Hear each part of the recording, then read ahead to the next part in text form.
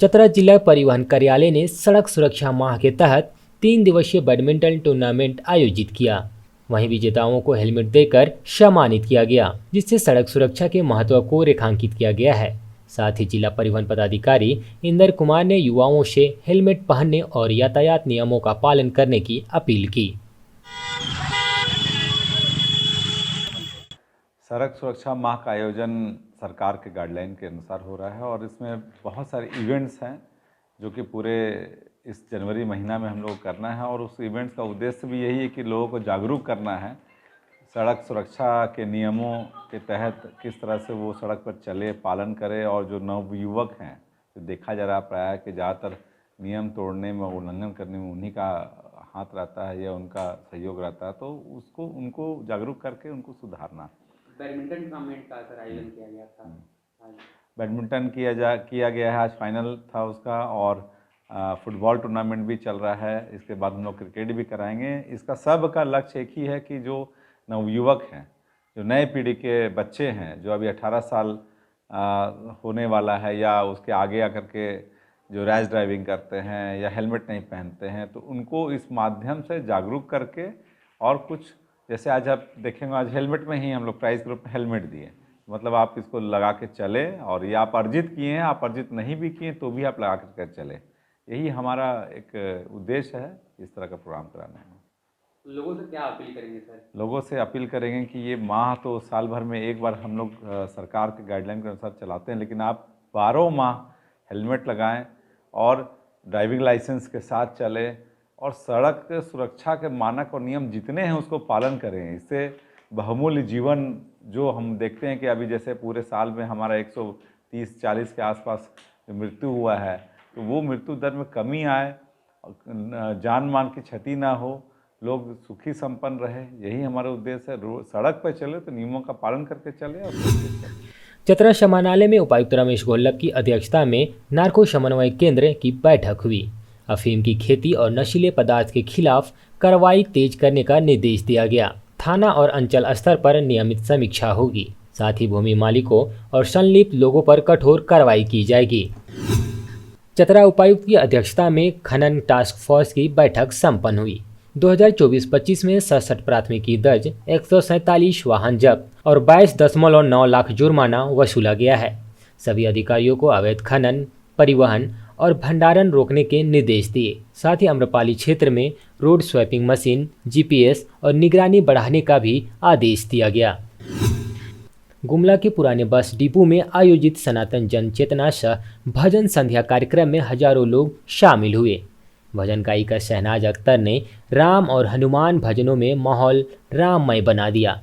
स्वामी जी ने सनातन धर्म की एकता और जनसंख्या बढ़ाने पर जोर दिया। इस कार्यक्रम में मुख्य अतिथि के रूप में पूर्व सांसद सुदर्शन भगत शामिल रहे।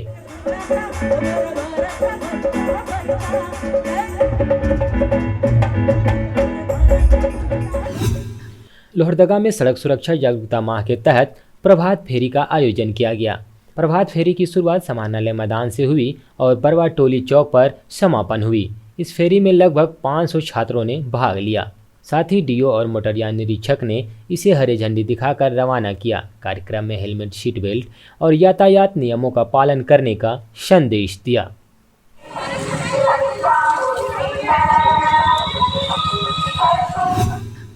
मयूरहंड के सिंधवारी स्थित इस्कॉन संचालित गुरुकुल में मुखिया अशोक कुमार भूया ने मकर संक्रांति के अवसर पर बच्चों के बीच गुड़, चूड़ा, तिलकुट और कंबल वितरण किया।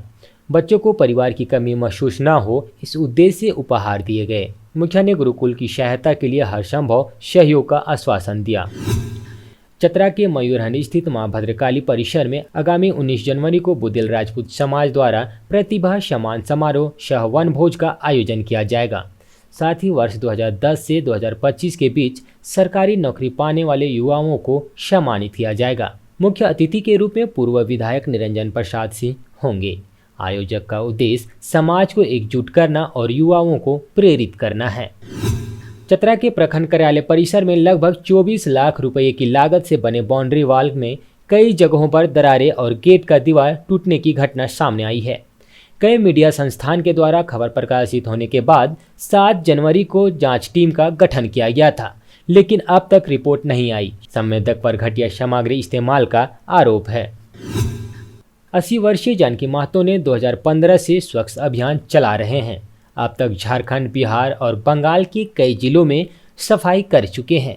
वहीं आज इटखोरी क्षेत्र में भी उन्होंने साफ सफाई की और लोगों से अपील की कि जहां तहां कूड़ा ना फेंके और शहर को स्वच्छ रखने में सहयोग करें। गुमला जिले के रायडी प्रखंड के वेंदवा कोना गांव में उपायुक्त ने ग्रामीणों से मुलाकात की और उनकी समस्याओं जैसे सड़क, पानी, बिजली और स्वास्थ्य सेवाओं पर चर्चा की। उन्होंने आगामी 18 जनवरी तक ग्राम सभा आयोजित करने का निर्देश दिया और सरकारी योजनाओं की जानकारी देने के लिए विशेष कैंप लगाने की बात कही।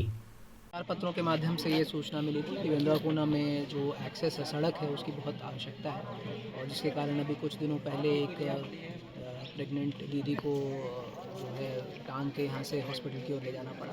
तो हम लोग चाहते थे देखना कि किस प्रकार से इस समस्या का समाधान हो सके।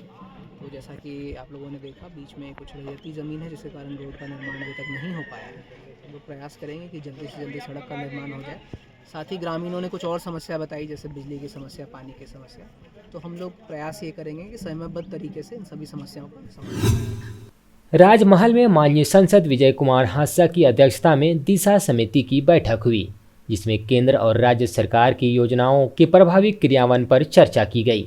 सांसद ने पारदर्शिता और समय सीमा पर कार्यों को पूरा करने का जोर दिया।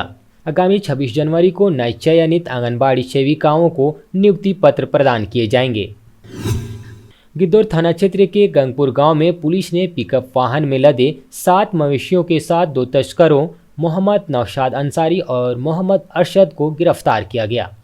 गुप्त सूचना के आधार पर कार्रवाई करते हुए वाहन जब्त कर आरोपियों को जेल भेज दिया गया।